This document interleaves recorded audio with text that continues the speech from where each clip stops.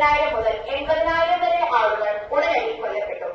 August 6-ന് Hiroshima ബോംബാക്രമണത്തിന് ശേഷം ജപ്പാനിൽ നടന്ന രണ്ടാമത്തെ ആണവ ആക്രമണമായിരുന്നു ഫാറ്റ്മാൻ എന്ന രഹസ്യനാമം.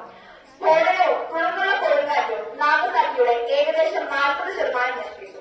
ആയിരക്കണക്കിന് പേർക്ക് പരിക്കേൽക്കുകയും ബോധരഹിതരാകുകയും ചെയ്തു. റേഡിയേഷൻ എക്സ്പോഷറിന്റെ ദീർഘകാല ഫലങ്ങൾ അതിജീവിച്ചവരിൽ ക്യാൻസർ കേസുകളും മറ്റ് ആരോഗ്യ പ്രശ്നങ്ങളും വർദ്ധിപ്പിക്കുന്നതിലേക്ക് നയിച്ചു.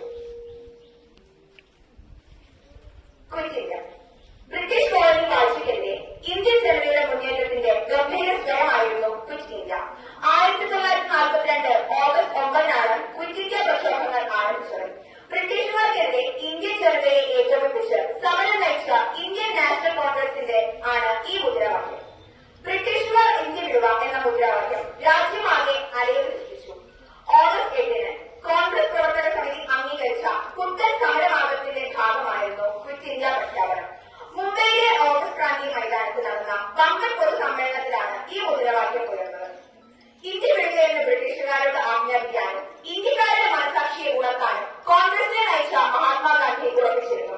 ഇതിന്റെ ഭാഗമായി അതേ വേദിയിൽ മറ്റൊരു മുദ്രാവാക്യം കൂടി പിറവിയെടുത്തു: പ്രവർത്തിക്കുക അല്ലെങ്കിൽ മരിക്കുക. ഇന്ത്യക്ക് സ്വാതന്ത്ര്യം നേടിയെടുക്കാനായി ഉടലെടുത്ത പ്രധാന